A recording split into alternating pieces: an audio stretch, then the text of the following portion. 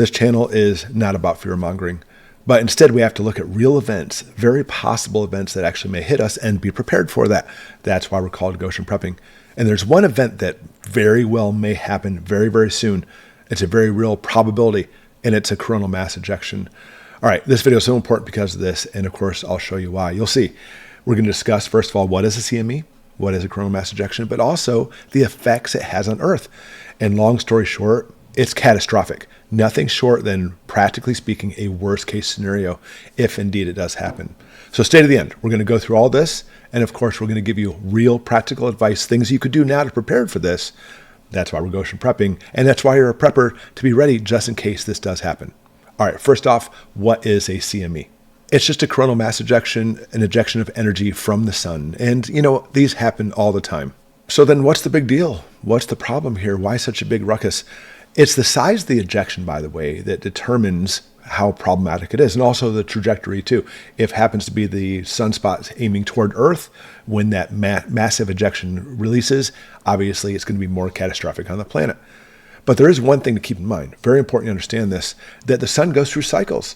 Sometimes it's very quiet, sometimes it's very active. It goes on an 11-year cycle.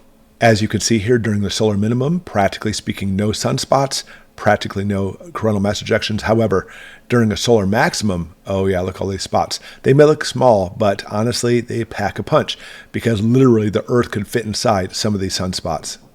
And I want to talk about that 11-year cycle. We see this going all the way back to 1750. It's very easy for us to be able to measure this out. And we have all these peaks. Every time there's a peak, that is actually an increase in solar activity and sunspots. And look, all the way up here to 2025. That's this year. They expected this red line here, but it is far higher than expected as far as the amount of CMEs. And that's very, very important to understand. I talk about on the channel all the time. We use history. History is a fantastic teacher to be ready for things in the future because it's happened in the past. And speaking of the past, we had a massive coronal mass ejection in 1859, and it actually was called the Carrington Event by an amateur astronomer named Richard Carrington. And he saw the sunspots through his telescope. At the same time, this huge mass hit the Earth of energy and caused incredible northern lights. It's beautiful.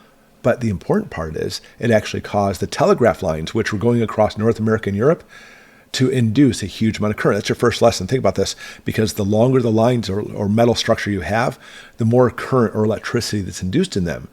And at that time, it caused sparks, fires, and even caught some telegraph stations on fire. And even weird, on a very weird note, they were able to shut off the batteries, disconnect the batteries from the lines, and they could still communicate each other from the amount of current being induced from the sun. But the sparks and the fire, all those things, it's huge, because understand that at the time there were telegraph lines, but nothing compared to the amount of lines we have going across the country today. And that's what I want you to understand. The longer the lines, the more lines you have, the more power lines, the more current that can be induced. In other words, a ridiculous amount of electricity going straight to your home. Sparks, fire, and much worse, as you'll see. I'm going to show you through this video. But again, I will give some actual tangible things you can do to help prevent this or make the effects far less on you. All right, so this we're going to prepare for, because every 100 to 150 years, there's a major CME that hits the Earth. And over the last 150 years, there's been some near misses, but it's shown through archaeological data that one hits Earth about every 100 to 150 years. The Carrington Event was over 150 years ago. So what are we saying? We are past due. And of course, we see some years have a much bigger solar maximum than others. They're predicting this one for this year, and it's already up here. Does that matter? Let's go ahead and look at the 1859 event. This is not one of the biggest peaks by any means. It just happens to be a right coronal mass ejection pointed at the right direction toward the Earth. Understand this year is even higher from the year we had the Carrington Event. So it doesn't matter how many CMEs are released during the sun during solar maximum. The solar maximum means there's more CMEs being released. And if it happens to be just the right size, at just the right trajectory toward Earth, boom, our next Carrington Event, which obviously will be much larger, far more power lines going across the country, going to your home. This is why we prep. This is obviously why we prepare. So how can we prepare for something so catastrophic? And by the way, even if like I'm in North America and North America is not pointed toward the sun when it hits, doesn't matter, because the entire ionosphere around the Earth shifts, inducing a current throughout the entire Earth on every metal device. The bigger the metal, the bigger the current being induced. So keep that in mind. All right. Now, on a good note, when these are launched, they do not hit the Earth instantly. Oh, that's a really good thing, because some of the radiation, by the way, some of the lesser radiation that won't really affect us or hurt us, takes 8 minutes at the speed of light. It comes pretty quick, and it causes radio blackouts, and it causes GPS problems. So that's your first warning sign, by the way. If you happen to be driving around and suddenly now there's radio blackouts causing disruptions, GPS malfunctions. Not all GPSs work on satellite functions, by the way, so keep that in mind.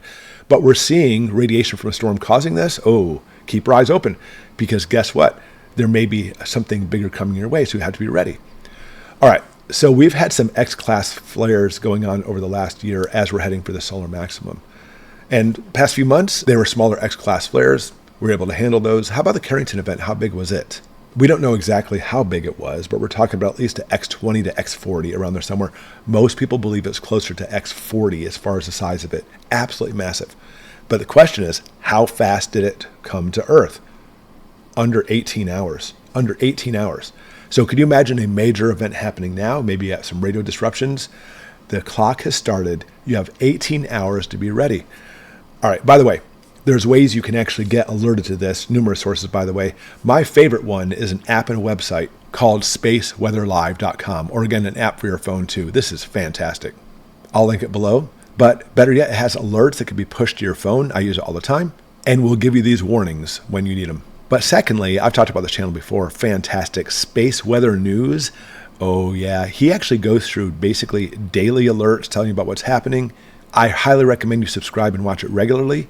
He gives very brief but important updates on what's happening with our sun, and more than just the sun too. For example, he also talks about how sun activity happening right now can lead to earthquakes. In fact, he'll usually give like an earthquake alert, watch out for earthquakes, and sure enough, in a day or two, a major earthquake happens. That's what we're seeing happening right now, by the way. All right, all those telegraph lines in the 1800s basically turned into this massive, massive electric power grid that we have now today. The amount of wires going across the country, any country, you pick it, is simply huge compared to the telegraph times in the 1800s. And we see all the problems happening back then. But the longer the wires, the more metal, think of it that way, the more current that's inducted into it, sending that massive current, that electricity to your home. And the first thing you're going to see, by the way, are all the transformers fry or explode on the telephone poles or the major power stations. Boom, off they go. Arcs electricity may hit your home too, even setting your home on fire. During a time, by the way, when obviously systems like your telephone system to call 911 when your house is on fire are going to fail. Cell phone systems, down, forget it. So you have to be able to be prepared to be possibly put out fires on your own or have other ways to contact the fire department, but they're going to be overloaded and overwhelmed. The odds of them coming to your house is pretty slim. But even worse, that pulse of electricity going into your home, that pulse of current, will fry every single electronic that's plugged in the wall. So right now I have a computer system in front of me. Kiss it goodbye. Your toaster, even though it doesn't have any electronics, kiss it goodbye. Anything that does have electronics, kiss it goodbye. It's going to be gone, fried. Now, it doesn't matter if you have things plugged into a surge protector, or like in my case for this computer, an uninterrupted power supply, UPS, doesn't matter. It's going to go right through it. Even the breakers in your breaker panel will not stop this. Now, I will say your first thing you want to do if you hear about this coming, go ahead and turn off your main breaker. Studies show it won't matter, though. It probably will go right across those contacts, still arcing into your home, but at least it may slow things down a little bit or lessen the amount of electricity hitting your devices. But secondly, unplug every single device you have. If you happen to have light bulbs, most of us do, I wouldn't even actually have it switch off. I would take them out because they're going to fry. Now, granted, there's not going to be electricity coming to your home, but maybe you have a solar generator or a generator that's protected and you want to keep your light bulbs, etc. That's something to keep in mind. Items or electronics sitting out on a table, not plugged in, but they're next to the outlet, it can still arc across. So get them away from the outlets. This is where some wives' tales come in. People think that every single little electronic device, let's say you have a cell phone, is automatically going to fry. It's not true at all. The larger the metal on it to attract that current, the greater the chance. Some things actually have their own little bit of a shield. Can the current get through? It can. But the smaller the item, the greater chance it's going to survive on its own. But to be on the safe side, have a Faraday cage. Simply just a metal trash can. You don't need to seal the lid of it. That's all wives' tale too. It's not going to pass through that. But you do need to keep your stuff insulated. What I do is I have really thick freezer bags. And I have, for example, a Geiger counter. I keep it in the freezer bag in there. I have the extra hard drives that have like family movies and pictures inside those freezer bags inside my Faraday cage. You want to make sure your devices don't touch the Faraday cage or that trash can itself, because the current that actually is induced on that can could go to the items inside. Now, it's always best you keep that metal can grounded, but honestly, in reality, it doesn't really matter that much. Just be careful you're going to touch it. You may get zapped with electricity. It very well could happen. I'll link, by the way, the can I use and the freezer bags below in case that's what you want to pick up as well. But I want you to understand that the wives' tales going around, and boy, everybody talks about these wives' tales, will say that every electronic device is going to fry. No, there's different chances of it frying depending on what's happening. Your car is going to fry. Study shows, laboratory tests where we can actually produce like EMP style events, which are not as large as CMEs, I granted, will show that almost every single car will still run. Even brand new, modern, high electronic cars, 95% of them will still run. But it doesn't matter, because gas stations will not be selling you any gas because the power grid is going to go down because of those transformers frying. Now, with that in mind, transformers frying, replacements, good luck with that. We're talking about months for our grid being down, years. As it is right now, we're on a waiting list for certain transformers. A lot of them even come from China, unfortunately. And we're talking about it could be years, listen to me, years before the grid's brought back up again. But again, if you have electronic devices at home, some may not even be helpful. Your cell phone won't do much for you because the cell phone system's way down. You understand? Now, pacemakers, you have a pacemaker, you don't have to worry about that. I've heard channels say, oh, it'll fry it. No, it will not. Period. End of story. Pacemakers will be 100% okay inside your body. Don't worry about that. Here's what we can do. The best thing you can do is have your Faraday gauge and put the stuff in it. Small electronics may be able to fry some things. Who cares if you have this or not? But I want you to understand, that's not the worst part. When the transformers go down, we're talking about the grid going down for years. We can't repair them anytime soon. So that's it, with no electricity. Now, don't be one of those people and say, well, that's fine. We lived for thousands of years without electricity. That's not the point. Modern mankind has not lived for thousands of years without electricity. We've become way too dependent on it in the form of things like grocery stores and gasoline and everything else. Fear will ensue in the population. Now, our government does have steps in place. Our government, by the way, is hardened. So is our military. So we don't have to worry about being invaded. But government infrastructure will still keep going. Maybe not local, but some state and certainly federal will keep going. And they have plans to bring you food if this happens. But listen, it's not going to be a day or two. It's probably going to be like a week before they start hitting your area, more than likely. And when they say 9 days to anarchy when somebody doesn't have food, you simply go through 9 days, 9 meals to anarchy is what it is.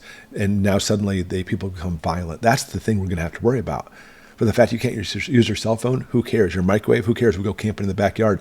But people will be hungry and violent because of it. So that's what you have to worry about. That is our fear. You want to make sure that you absolutely have ways to protect yourself and your family. Sure, maybe we'll get through this with barely any losses. Not likely. We're talking about major fires. We're talking about major looting. We're talking about major violence because of this. No gas stations, no grocery stores, no emergency services, no fire departments, no hospitals for years. The first couple months of it, it's estimated that we're probably going to lose at least 80% of our population. Some studies say up to 90% of the population will die within the first month because of the violence that'll come around with it. Because we're definitely looking at absolute government control if this does happen, because they're going to not want to let that happen in the first place. But you know what? I don't put my hands into the fate of the government or other people. I take care of myself, and that's why I'm a prepper. I'm sure you are too. So have a few years worth of food if you possibly can, a few years worth. But even more importantly, you need to be able to protect you and your family and the ones you love, because you can have 10 years worth of food. But if you can't protect yourself from it, you just fed your neighbors with 10 years of food, because they will become violent. And that's the biggest worry we have with this whole event. It's not about losing our electricity and going back into an agrarian society. No, it's the transition to there as people become more and more violent. So listen, this channel is not about fear mongering. It's keeping it real. And honestly, if there's even a chance that I may have something that may threaten me or my family, I'm going to take action. That's how I do it. It's not fear mongering. It's preparing. And that's why we have Goshen prepping. Thanks for watching, everybody. We'll see you next time.